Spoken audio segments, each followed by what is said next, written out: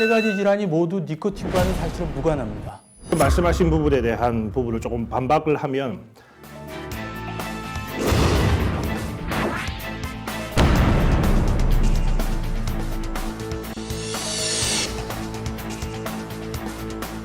예전에 저희가 집에서 텔레비전을 보고 있으면 누구야 이러면은 후다닥 달려가면은 재떨이 갖고 담배 갖다 드리고 네.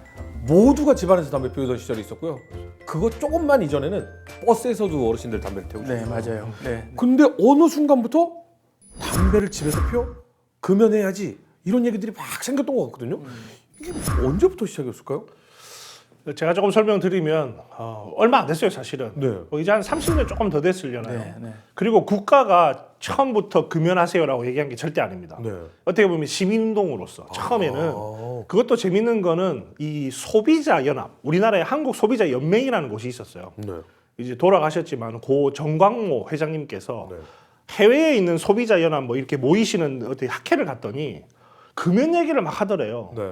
그래서 그걸 보고 한국에도 이런 게 필요하겠다 이러셔서 이제 한국에 돌아오셔서 그 당시에 이제 연세대학교에 김일순 이제 명예 교수님, 뭐 이분은 아주 정정하시지만 네. 지금 이제 이분을 만나셔서 우리 한번 금연을 해봅시다 이렇게 해가지고 만든 게 한국금연운동협의회라고 하는 단체가 생겼죠. 우리 정윤석 교수님도 뭐 저보다 훨씬 앞서서 이제 그런 일들을 하셨던 분이시고. 그래서 뭐 이제 불과 한 33년 정도 되는 사이에 사실은 점점 금연 정책이 발전해서 우리 식당에서 담배 안 피잖아요. 안 피죠. 그 얼마 안 됐어요. 얼마 안 됐죠. 네. 그것도 맞아요. 법이 바뀐 게 저는 그걸 보면 우리 국민의 그 정책에 대한 수용성이 얼마나 강한지 알 수 있는데 네.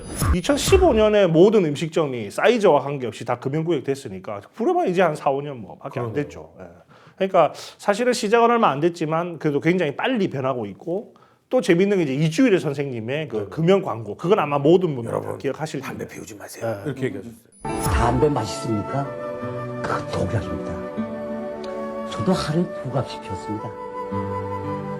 이제는 정말 후회됩니다. 후회하면 가정을 파괴합니다.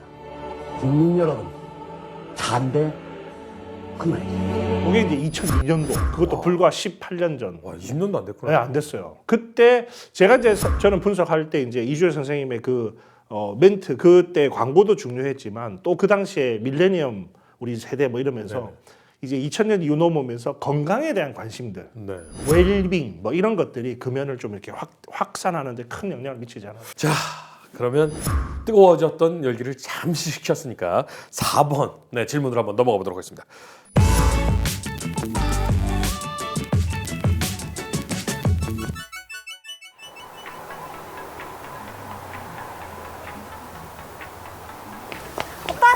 여기.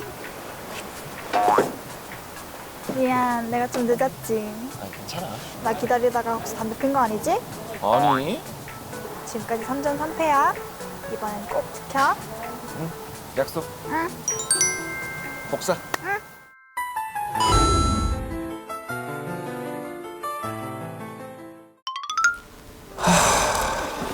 왜 이렇게 계산이 안 맞냐? 아유.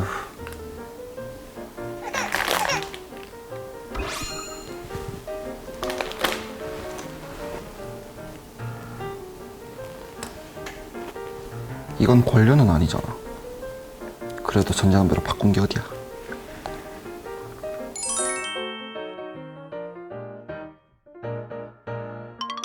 다음부터 주의하겠습니다. 아휴, 속 터져. 씨. 아 맞다. 나 금연 중이지? 저희 과장님 담배 하나만 빌릴 수 있을까요? 너 담배 끊은 거 아니야?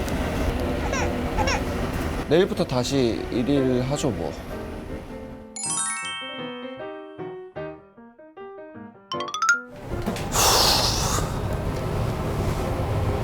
차이가 뭐 상사면타야? 이걸 피워봐라. 아니다. 금연.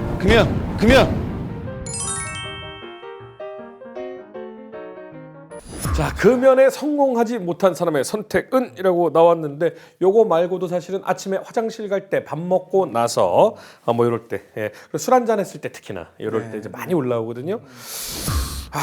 금연에 성공하지 못했을 때 그때는 그러니까요. 교수님 얘기처럼 그 얘기가 방법이 없잖아요. 탈출구가 좀 있어야 되는 거 아닌가? 네, 그러니까 정말 안타까운 경우들이 많아요. 네. 지금 이 사례 같은 경우는 그래도 젊고 건강한 분이잖아요. 근데 제가 보는 사람들은 저 정도가 아니고요.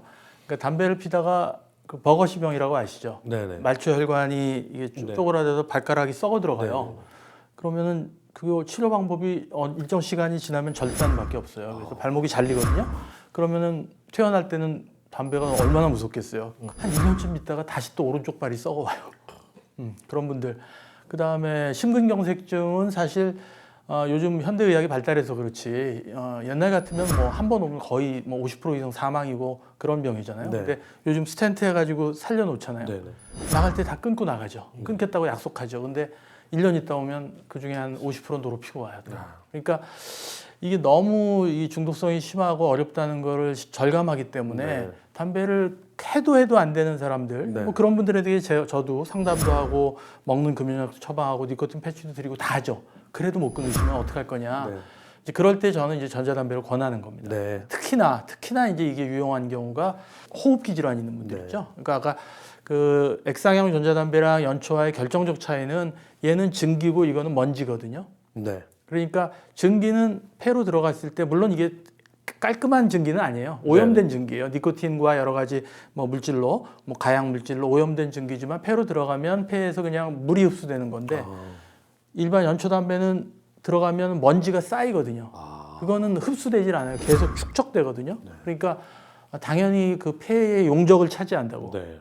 그래서 그 아까 COPD라고 하는 그 만성 폐쇄성 폐질환, 그 다음에 뭐 천식 발작의 악화 이런 것들을 다 이제 원인이 되는데 그런 분들이 액상형으로 바꾸면 사실은 그런 먼지로부터의 공격은 훨씬 줄어드는 거예요. 니코틴은 이제 흡입할 수 하니까 여러 가지 심혈관계에 문제가 생길 수 있지만 그래서 이제 그런 분들에게는 좀 적극적으로 저는 전자담배로 차라리 바꾸세요. 네. 그런데 계속 피지 마시고 네. 전자담배로 바꾸셔서 그 다음에 금연을 하시는 네. 거죠. 왜냐하면 니코틴 패치를 붙여서 금연하게 하는 것과 같은 네. 원리로 설명을 드리면 그 같은 이게 니코틴을 주입하는 물질이라고 하더라도 이거를 계속해서 담배 대용품으로 볼 거냐 네. 아니면 담배를 끊기 위한 금단 현상을 줄이는 데로 가는 증검다리로 볼 거냐 이 두 가지 관점이 결정적 차이가 있어요. 그래서 가능하면 이제 후자를 강조하는 거죠. 이거는 계속 피라는 게 아니라 당신이 담배를 끊기 어려우시니까 여러 가지 실패했으니까 갈아타셨다가 끊으세요. 이렇게 권유하고 아마 그렇게 끊으신 거죠. 저는 지금 이제 3단계로 벌써 넘어. 네, 그렇게 넘어가시는 거죠. 네. 근데 지금 방금 VCR에서도 나왔지만요. 그 주변에 친구들아 미안하다.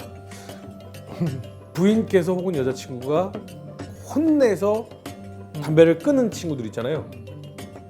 나와서 피고 있습니다. 미안하다 지금. 그런 상태라는 거죠. 그리고 방금 얘기하셨지만 질병이 걸려서 발을 절단하고 이런데도 담배를 핀단 말이죠. 그 사람이 세상에서 가장 담배를 끊고 싶은 사람은 그 본인입니다. 그럼요. 네. 근데도 못 끊잖아요.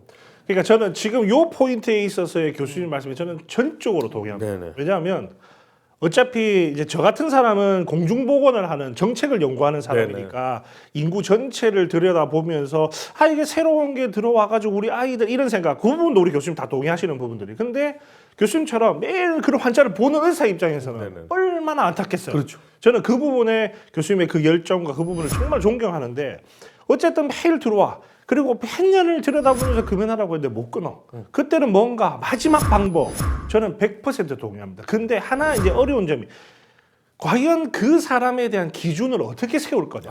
그러니까 저 할 거 다 해봤어요. 한 20살 정도밖에 안 젊은 친구가 와서 교수님 저는 할 거 다 해봤습니다. 그렇죠. 이럴 때 그러면 그 친구한테도 왜 전자담배를 권할 것인가. 근데 지금 말씀하신 것처럼 버거시병 때문에 그분은 제가 진짜 저도 당연히 사다 드리고 싶을 정도겠죠. 전자담배를. 그러니까 그 기준을 어떻게 그래서 저는 한번 고민해봤어요. 어떻게 하면 좋을까.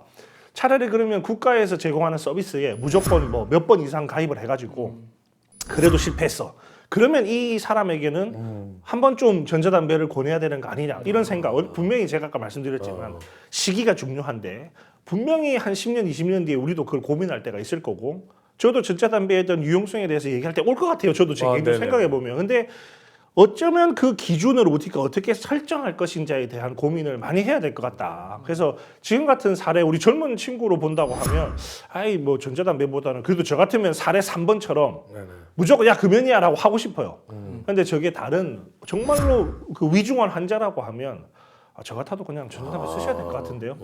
할 것 같아요. 사실은 문제 제기 자체가 좀 어떻게 보면 약간 어폐가 있는 게 도저히 못 끊는 사람이라는 건 사실은 없죠.